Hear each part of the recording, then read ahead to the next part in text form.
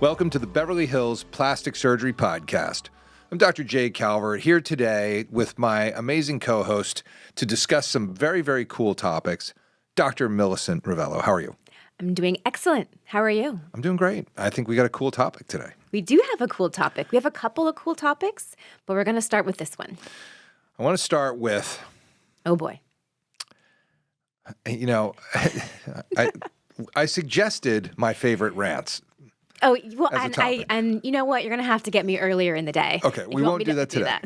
So this is about endoscopic brow lift versus subcutaneous brow lift. Yes, and those are some very big words. So we are going to define them and talk about the actual techniques and then when you would do each one so we can get a general understanding of what it is we're talking about.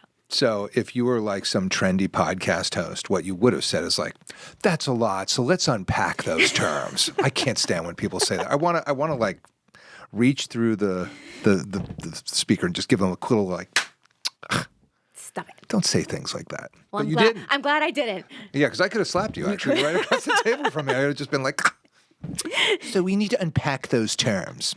So let's unpack them. No, let's define them. Yeah, let's define them. Yeah. Yeah, it's just like, I don't know why people say things like that. Does it just have to be like all like... Yeah. Anyway. Subcutaneous brow lift. Let's start with that. That's under the skin. Subcutaneous, the cutis is the skin, so that is a very Latin term. And sub being below. So this is where you're lifting the brow using an under the skin approach. How is that for unpacking that? Yeah, that's pretty good. I think that the reason it's important to know that is because this is a very superficial layer. The face and the scalp have several layers kind of going from superficial to deep, from the surface of the skin down to the bone. And you can operate in any of those layers. And this is the subcutaneous layer. So it's the one that's right under the skin in a very, very thin fatty layer. And that's different than the endoscopic brow lift, which is a totally different layer. Yeah, and that can be actually done in two different layers, just for those of you who really want to get technical. It can be done in a subperiosteal layer, which is how I prefer to do it and how you prefer to do it.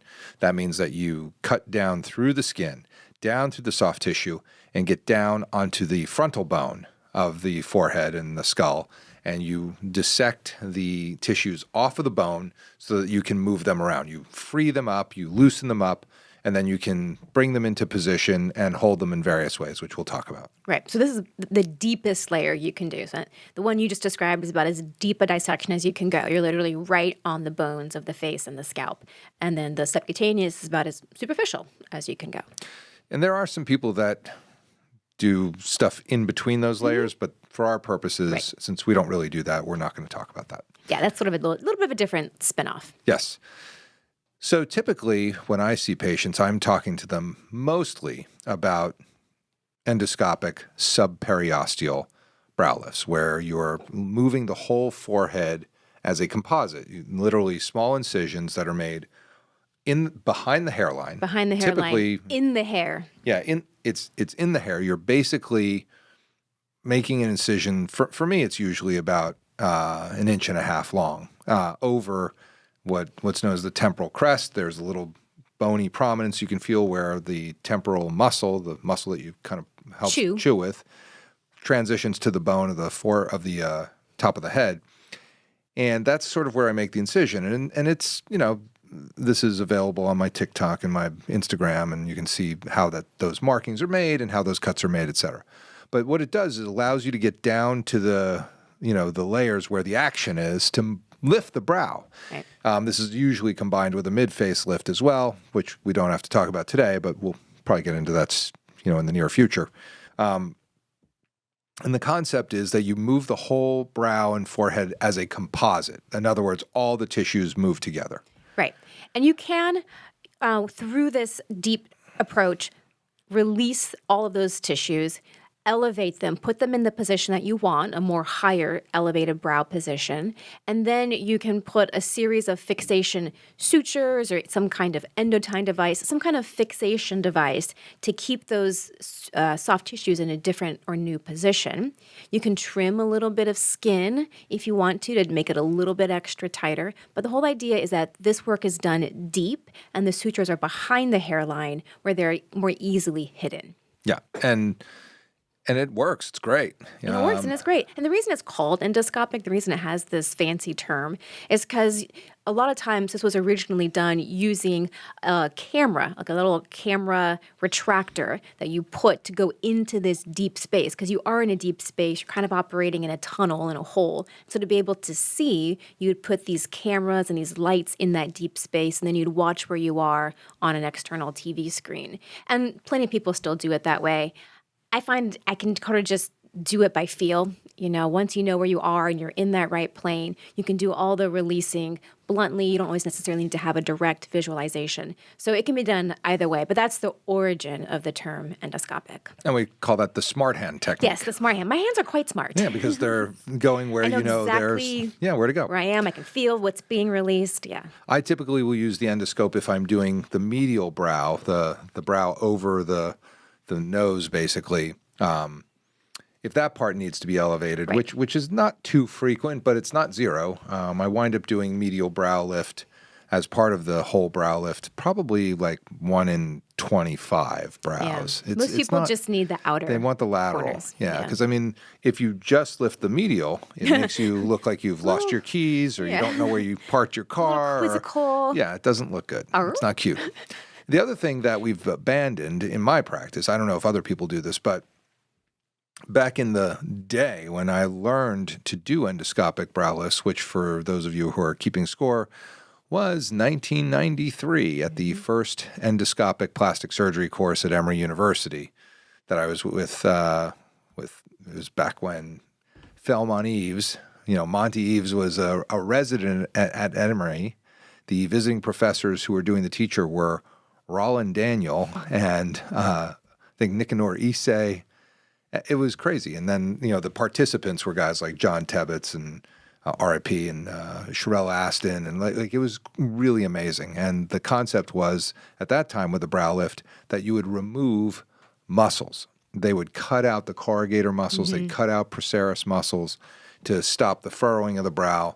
And what that did was create a lot of very odd muscular movements. So we've kind of gotten away from that. Yeah, that it leads to this very asymmetrically moving, unnatural kinetics. Yeah, it wasn't good. Yeah. But I think some people still do that a little bit. I don't. I like to just lift the brow, position it accordingly, and life is good. And then I fix it in position by stitching it, typically with some deep sutures that are all along the sides of the, even the cheek sometimes, and if we're doing a mid-face, obviously down into the mid-face. But those sutures are placed into the soft tissue and then sutured to the deep temporalis fascia, which is the muscle, the thick coating over the temporal muscle, again, the muscle you chew with. And it holds great. Other people like to use the endotyne device. Are you a fan of the endotyne? Or? I do like the endotyne here and there. I prefer using sutures, but if I really need like a good fixation, I do like the endotynes.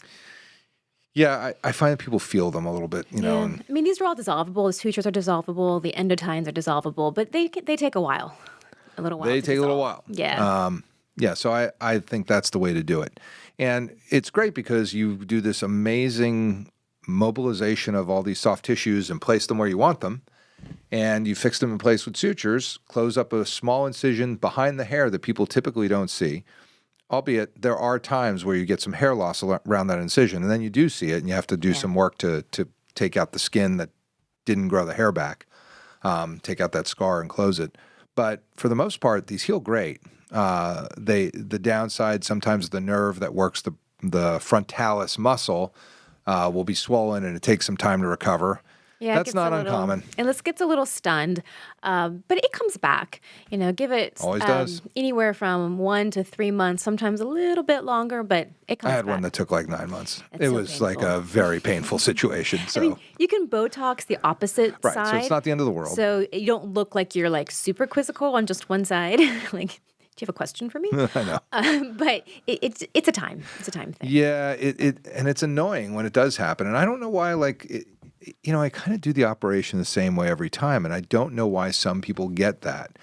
It is something to know about. I have a lot that never get it, obviously, Right. but the ones that do, you notice them because you're Botoxing the other side. So by giving Botox to the side that's moving and working normally, you kind of knock it down, and it stimulates receptor growth on the other Right. nerve, and it supposedly comes back sooner, which there is data for that, and that's what I've seen. I've never had a permanent temporal branch injury, but they can last a little bit of time, and it's annoying. It's annoying.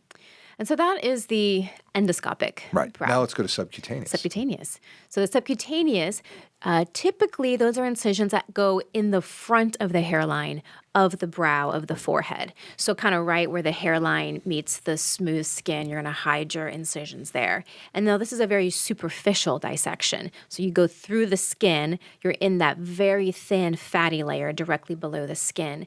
And then it's just a straight dissection down to the brows, and an elevation and an excision of however much skin you need to sort of keep the brows up in a higher position.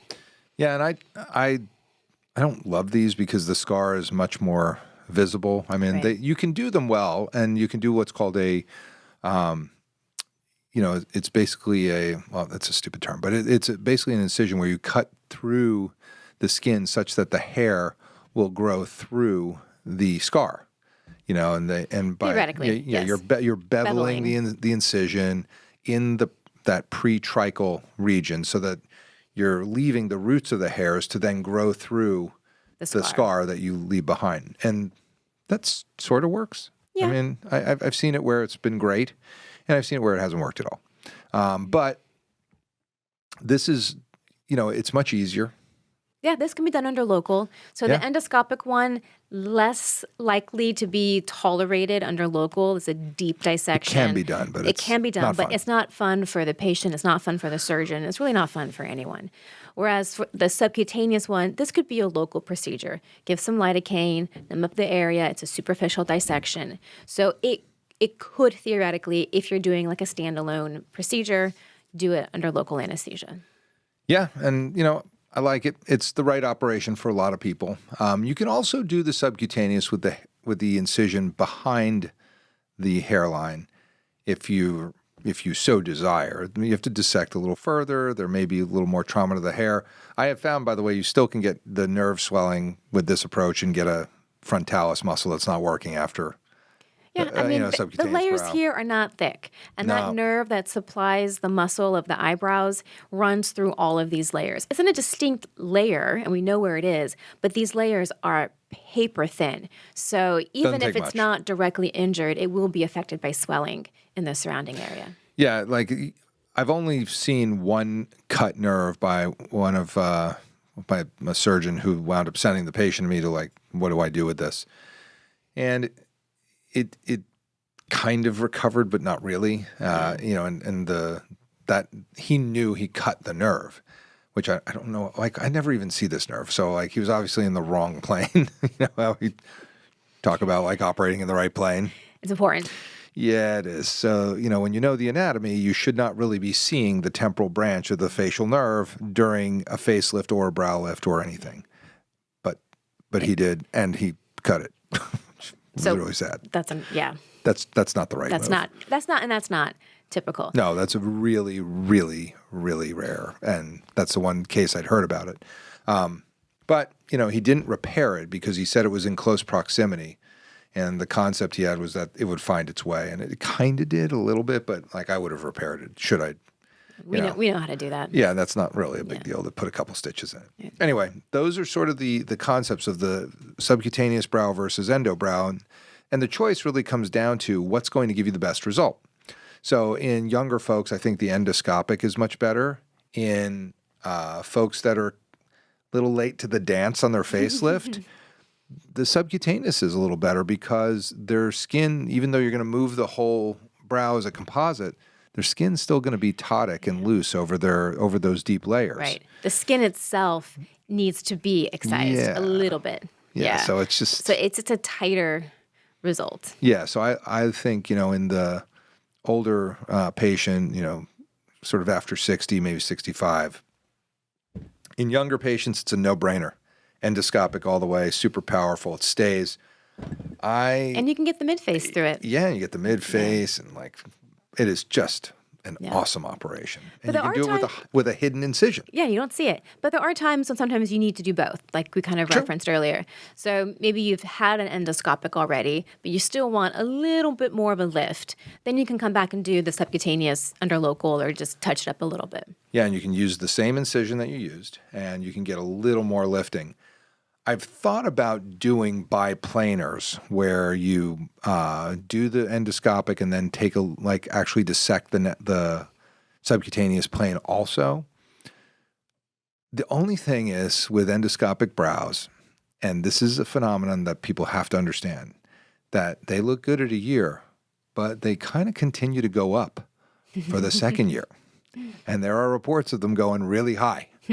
And so you don't want to overlift somebody because then they look, shocked and surprised, and that's not a good look either. So there's a balance point, and working the result is that's kind of what I like to do. I like to get it where it is and then work the result and get the best looking result possible. And I do that with all my facial aesthetic operations, and quite honestly, I do it with my noses as well. The key is to have somebody that's able to kind of work with you to get the most out of your operation. Yeah, that's really analyzing you and seeing what's going to work for you. Because the other thing to consider is your hairline and how wide or how long your forehead is. So some of these incisions, if you're excising skin or putting the incision in certain areas, you can actually recede the hairline more than you would want to. Yeah, if you already have a 5 head, you don't want to do more brow lifting and get up to a 6 head. Right? No, 5's kind of the max. Yeah. So if you have a lot of forehead showing, that's hence the term 5 head, you don't want to, pull that skin up even more and get, a even longer forehead. Yeah. So these are all just factors to take into consideration. And one procedure for one person is not necessarily going to be the right procedure for another. So these are just all tools that we have in our toolkit here, and we individualize them for whichever given patient needs whatever kind of procedure. How often do you do just the brow lift, or is it mostly a brow lift with a midface? It's mostly a brow lift with the midface. The exception is the person that comes in and really just wants an upper blepharoplasty, like some skin taken off the upper eye, which I rarely would ever just do skin off the upper eye, because invariably the brows are going to drop afterwards. And the reason for that is because if you're getting to an age where you need a blepharoplasty and skin from your eyelid, the brows have usually started to work over time to lift the brows and that extra skin off of the upper eyelid. And so the eyebrows look like they're sitting in a high position because they're constantly being activated and being pulled up by the forehead muscles to get that extra eyelid skin off of your eyes. And then once you remove that extra eyelid skin and the brows don't have to work so hard, they drop. And all of a sudden people look like they're very mad. They're like, why do I look so mad? I just had a great surgery. So for someone that really just wants that isolated upper blepharoplasty, I say, you know what, we're going to have to do a lateral brow on you as well, just to counteract that potential droppage of the brows. Yeah, typically when we tell that story, we'll get about 10 phone calls. People going, that's exactly what happened to me. I had a blepharoplasty and my brow dropped and I look mean. Yes.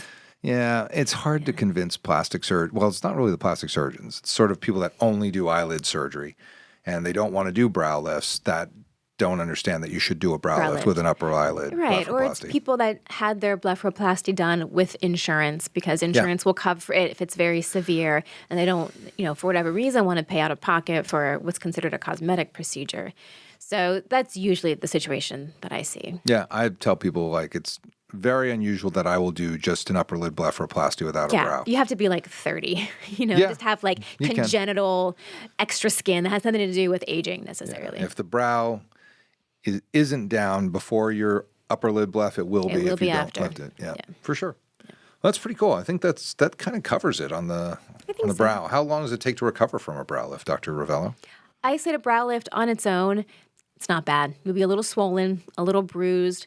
It'll be swollen, super swollen for 3 days, 7 days, but after about a week, the swelling does really start to come down pretty significantly. People that don't know you won't really look twice at you after about a week, assuming a lot of the bruising's gone away. People that know how you look normally might recognize that you're a little puffy.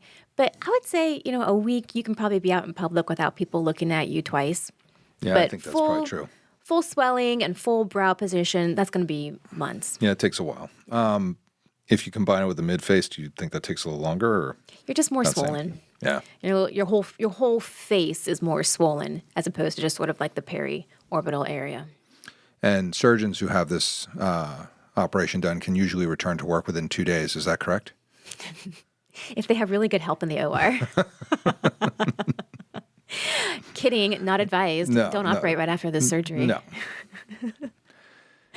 Do as I say, not as I do. Not as I do. That's right. But it's a great operation. I mean, I do this on a lot of doctors, actually. Like, I think because they understand it so well. They understand the anatomy. They're like, yeah, that makes sense. Oh, I want to get that. Yeah, because it's such a small incision, and you can get so much out of it from a beauty standpoint. It's really powerful. Yep, I think that's it. Cool. Well, in that case, this is the Beverly Hills Plastic Surgery Podcast coming to you from the 90210.